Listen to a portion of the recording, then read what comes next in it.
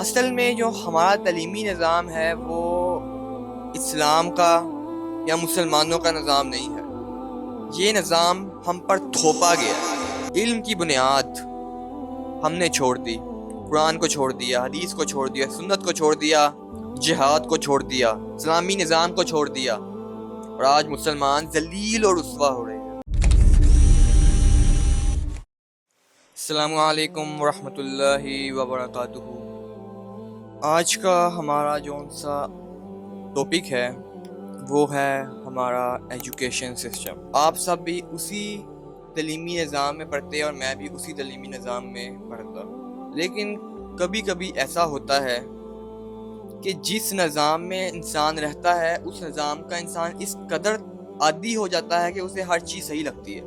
اسی طرح ہمارے تعلیمی نظام میں بھی کچھ ایسی چیزیں ہیں جو ان سی ہمیں تو صحیح لگتی ہے لیکن وہ صحیح نہیں ہے. اصل میں اس میں بہت سی کمیاں ہیں، بہت سی خامیاں ہیں، اور بہت سی ایسی چیزیں ہیں جو ان سی اسلام کے خلاف ہے، جو ان سی مین بات ہے. اصل میں جو ہمارا تعلیمی نظام ہے وہ اسلام کا یا مسلمانوں کا نظام نہیں ہے. یہ نظام ہم پر تھوپا گیا ہے. اکثر لوگ ایک حدیث بیان کرتے ہیں جس میں آتا ہے کہ علم حاصل کرنا ہر مومن مرد اور مومن عورت پر فرض ہے، یا علم حاصل کرنا ہر مسلمان پر فرض ہے.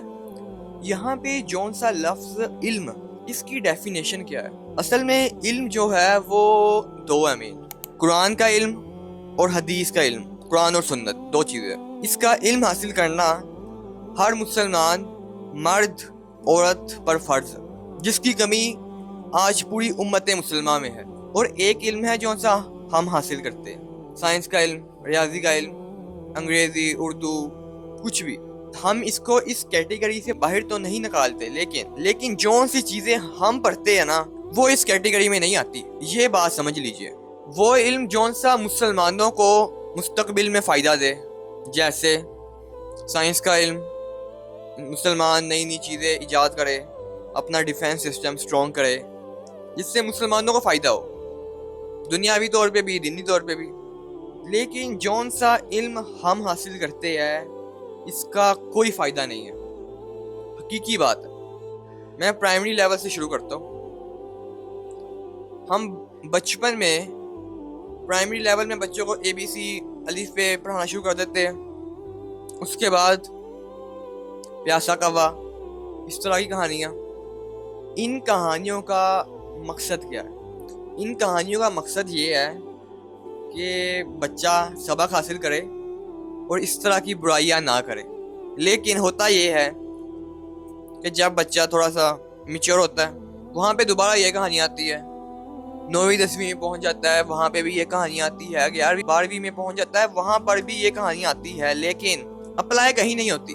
مقصد جو تھا وہ پورا نہیں ہوتا. وہ کہانیاں صرف کس لیے ہے کہ ہم پیپر میں لکھ سکے، پیج بھر سکے، 3 سے 4 پیج منیمم یا میکسیمم لکھے تو پھر جا کے ہمیں 10 مارکس ملتے ہیں. اصل میں ان کہانیوں کا مقصد یہ تھا کہ ہم اسے اپنی زندگی میں اپلائی کریں اور لالچ سے بچے، دھوکہ نہ دے، ٹھیک ہے، کسی کا حق نہ کھائے. لیکن حقیقت یہ ہے کہ کہیں پر بھی اپلائی نہیں ہوتی. اس کی پریکٹیکل ایگزامپل 9ویں 10ویں یا 11ویں 12ویں کے پریکٹیکلس ہیں. وہ ایسے کہ پریکٹیکل ایک مین چیز ہے جو اسی بچے کو بتاتی ہے کہ بھائی جو تم نے پڑھا ہے نا یہ اس طرح اپلائی ہوتی چیز. لیکن یہ ہمیں نہیں کروائے جاتے، ہمارے تعلیمی نظام میں یہ نہیں کروائے جاتے. اس میں یہ ہوتا ہے کہ بھائی جس کی سفارش سٹرونگ ہے وہ جائے سفارش کروائے، اپنے نمبر لگوائے. جس کی سفارش نہیں ہے اس کے 3-4 مارکس کاٹ دے جسے آتا بھی ہو. یہ ہمارے پریکٹیکل نظام ہے جہاں پہ ناانصافی ہوتی ہے. اسی طرح نا ہمارا جو سا ایجوکیشن سسٹم ہے اس میں ایک اور بہت بڑی خامی وہ یہ ہے کہ اخلاقیات کی کمی. کو کلاس کیسے؟ بچپن 1 سے لے کے 5 تک بچے کو میں پڑھایا جاتا ہے. 6 7 8 میں ان کو کر دیا جاتا ہے، جی کہ بچہ بڑا ہو گیا. جب جوانی کی عمر ہوتی ہے 15 16 17 18 سال، پیک ہوتی ہے جوانی کی، تو بھائی 9ویں 10ویں 11ویں 12ویں میں بچے کو کلاس میں ایڈ کر دیا جاتا ہے کہ بھائی اب تو علم حاصل کر. پھر وہاں سے ہماری کتابیں ہیں، اردو کی کتاب اسپیشلی اردو میں غزلیں ہوتی ہے، عشق حقیقی کی بھی ہوتی ہے، عشق مجازی کی بھی ہوتی ہے، ایسی بات نہیں ہے، لیکن عشق مجازی میں زیادہ زور دیا جاتا ہے. جیسے وہ شعر ہے، اس کے لب کی کیا کہیے پنکھڑیاں گلاب کی سی تھی، یا شرابی آنکھیں، یا یہ عشق حقیقی تو نہیں ہے، یہ آپ کو بھی پتا ہے، مجھے بھی پتا ہے، عشق مجازی ہے. اور اس عمر میں یا اس شاعری کا ہمارے مستقبل سے کوئی تعلق نہیں ہے، نہ اس کا کوئی فائدہ ہے. کرواتے بھی تشریح کو کلاس میں، کہتے ہیں بعد میں کہ بچہ خراب ہو گیا. بچپن سے لے کے جوانی تک انگریزی پڑھائی جاتی ہے. حقیقت بات یہ تھی کہ ہمیں عربک پڑھائی جاتی. علم کی بنیاد کیا تھی؟ قرآن اور سنت، جس سے ہمیں دور کر دیا گیا. قرآن کی ایک آیت کی مکمل تفصیل کسی بچے کو نہیں آتی اسکول یا کالج میں. 9ویں 10ویں میں فزکس کیمسٹری میں وہ کنسیپٹ پڑھائے جاتے ہیں جس کا مستقبل میں ہمیں کوئی فائدہ نہیں. ردرفورڈ، بوہر، جو کہ بعد میں پتہ چلتا ہے وہ غلط ہے، لیکن امپورٹنٹ لونگ ہے، پیپر میں آئے گا. اسی طرح 11ویں 12ویں ہو گئی، یا اس طرح کے بہت سے کنسیپٹ ایسے ہیں جس کا کوئی فائدہ نہیں ہے، بچے یاد کرتے ہیں، سمجھتے کچھ نہیں ہے. مسٹر چپس 12ویں کی، اس کا کیا فائدہ ہے؟ ایک ٹیچر کی کہانی بتائی جا رہی ہے جس میں بھی اس کو ایک لڑکی سے محبت ہو جاتی ہے، پوری زندگی اسی محبت میں گزارتا ہے، بار بار اس کو یاد کرتا ہے. مقصد کیا ہے اس کہانی کا؟ کہ انگلش بہتر ہوتی ہے بچوں کی انگلش بہتر کرنی ہے نا، تو مسٹر چپس کی جگہ حضرت عمر، حضرت ابو بکر، حضرت عثمان، حضرت علی، حضرت خالد بن ولید، صلاح الدین ایوبی. مسلمانوں کے پاس بہت سی ایسی عظیم شخصیات ہے جن کی زندگی کو اگر ایڈ کیا جائے تو انگلش تو بہتر ہوگی، لیکن علم بھی حاصل ہوگا. اسباق پہلا ہوگا، خاتم النبیین ہوگا، لیکن آگے جتنے بھی ہوگے وہ بغیر نتیجے کے ہوگے، بس کہانیاں ہوگی، انجوائمنٹ ہوگی اور کچھ نہیں ہوگا. پہلی نظم حمد ہوگی، دوسری نعت ہوگی، اور نعت میں حضور اکرم صلی اللہ علیہ وآلہ وسلم کی تعریف کی جاتی ہے. لیکن جون سی زیادہ تر ہمارے اسباق میں نعتیں ایڈ کی جاتی ہے، اس میں حضور صلی اللہ علیہ وآلہ وسلم کی تعریف اس قدر زیادہ بڑھا دی جاتی ہے کہ نعوذ باللہ من ذالک اللہ تعالیٰ سے ملا دیا جاتا ہے انہیں، اور وہ آتی شرک میں بات. نعت کا مقصد برا نہیں ہوتا. اس سے بھی ضروری بات یہ ہے کہ جب کوئی بچہ اسکول سے فارغ ہوتا ہے 1 سال بعد یا آدھا سال بعد ہی تقریباً آدھا سال بعد، اس سے اگر یہ پوچھ لیا جائے کہ بھائی آپ نے یہ پڑھا تھا، اسے ذرا اپلائی تو کرو کہیں پہ، اسے نہیں پتا ہوگا. 10 سال وہ، یا مطلب کہ 10 سال کم سے کم وہ برباد کرتا ہے اسکول میں، کم سے کم 10 سال وہ برباد کرتا ہے اپنی زندگی کے، جس کا کوئی مقصد نہیں ہے، صرف اس لیے پڑھتا ہے وہ بس نمبر چاہیے بس، اور کوئی مقصد نہیں ہے. نہ اس کے فیوچر میں کہیں وہ چیزیں اپلائی ہوتی ہے، نہ اس کی زندگی میں کہیں وہ چیزیں اپلائی ہوتی ہے، اور نہ وہ اس قابل ہوتا ہے کسی چیز کے کہ وہ کوئی چیز بنا سکے.